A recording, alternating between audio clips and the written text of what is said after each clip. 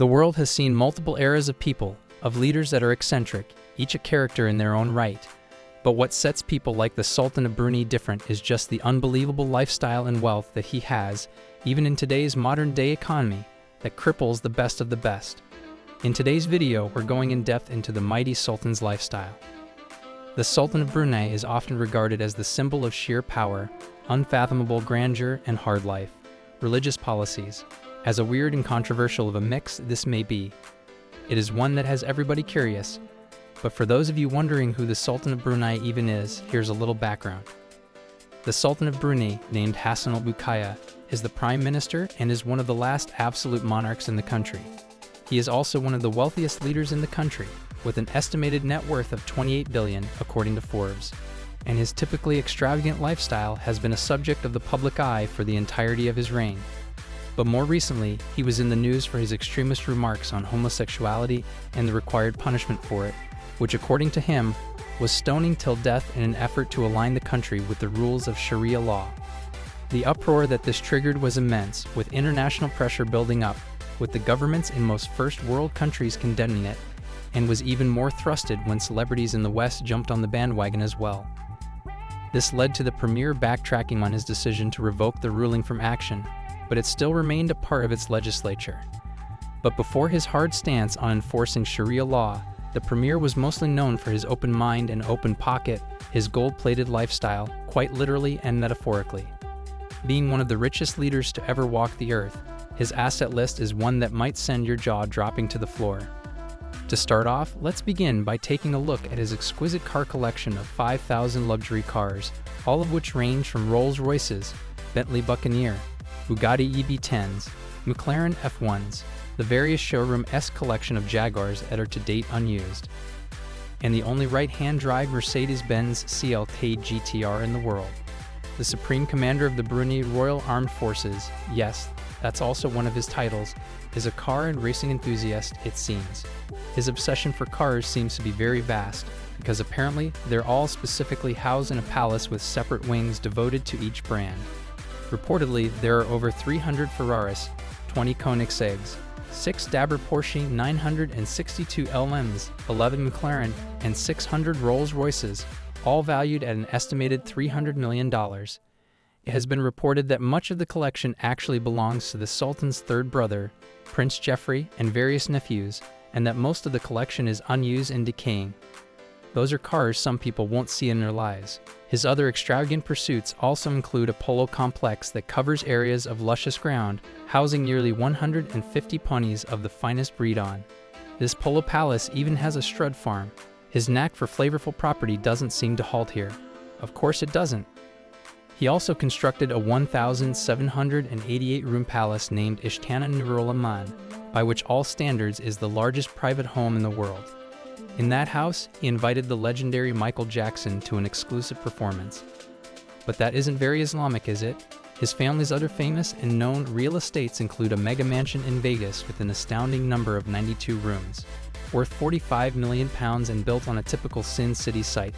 The compound boasts nearly 92 rooms, 29 of which are bedrooms, 42 are bathrooms, whereas the rest of the area is covered by a luscious tennis court, and the other by 3 swimming pools. According to various reports, the Prime Minister of Brunei has an entire harem of women, nearly 40 of them that he uses for his purposes, and not just him, his brother too, Prince Geoffrey Bolkiah, who's also notorious for being involved in the sex ring, that name flowing around in the tabloid circuit like electricity. After the news came out of laws being drafted against homosexuals, he was the target of newspapers that alleged he was a kind of a voyeurist, because he had a very sexually explicit and indecent statue of him and his then fiancée commissioned for nearly 600,000. And in this harem of women, reports are that these girls would be imported on demand from different exotic locations of the world, who were there specifically for the men of the Sultan family. Concerning reports have been circulating about them having unprotected intercourse with these harem women. Possibly. A first-hand account of an ex-harem girl goes as, "It was the kind of hunger you could never really feed. The kind that keeps you up until 5 a.m. every night. The kind that drives you to F girl after girl. To buy Maserati after Maserati," she said. The New York Post reports, she claims the prince never asked her if she was on the pill. As the decadence increased, so did the number of Americans, she claims.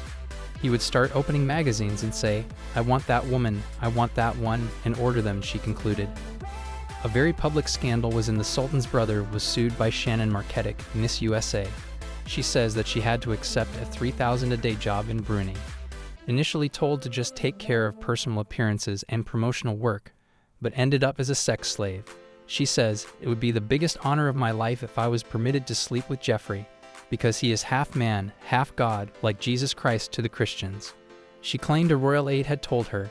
She further revealed that upon any kind of refusal or display of uncomfort, she was mentally and physically abused, even being banned to leave the country, leaving her traumatized. The Sultanate ruler also has commissioned a private zoo, which according to reports has nearly 35 to 40 Bengal tigers, which are used to entertain personal foreign guests of the Sultan. Other animals that are in that enclave include alcahons, flamingos, and cockatoos, which can play basketball, ride bicycles, sing, talk, and imitate other animals. The trainers and caretakers there are also paid heftily, reporting to be actually happy with their jobs, since this counts as a government job, coming with the benefits it has. A worker named Chalak Sapad Sap, who's been working there for nearly a decade, said, "Working as a trainer of tigers owned by the Queen is an honor and pride of my life. I do the work to the best of my ability in return for the kindness and trust of the Sultan and the Queen." They have a net monthly salary of 70,000 to 80,000 baht, which is pretty well above the minimum wage of the country. But if we're to take a look into where this kind of wealth generation even began from, we have to give you a bit of an impromptu history lesson. After being handed over the state to him by his father, that's when he got to reap the benefits of industrialization and of state funds. Basically, when he took power, that's when Brunei was discovered with gigantic amounts of liquefied natural gas, or LNG, and around 5 to 7 oil fields off the coast of the country, while oil had been already discovered back in the timely combination of these resources would put the expansion of Brunei's finances into overdrive, and that of the Sultan's, which it did. According to the stats, the refinery racks up to 10,000 barrels of oil a day, making the Sultan roughly 103 or 80 pounds a second. So yeah, he's making more money in a second than people make in a week in some parts of the world, even well-developed ones. But well, be it motor madness, real estate regality, gold-plated airplanes, big yachts, helicopters, or even other luxury items, there's so much we don't even know about. But if there's anything we do know, it's that these people aren't afraid of showing off in wealth. That's it for today, guys. See you in the next video.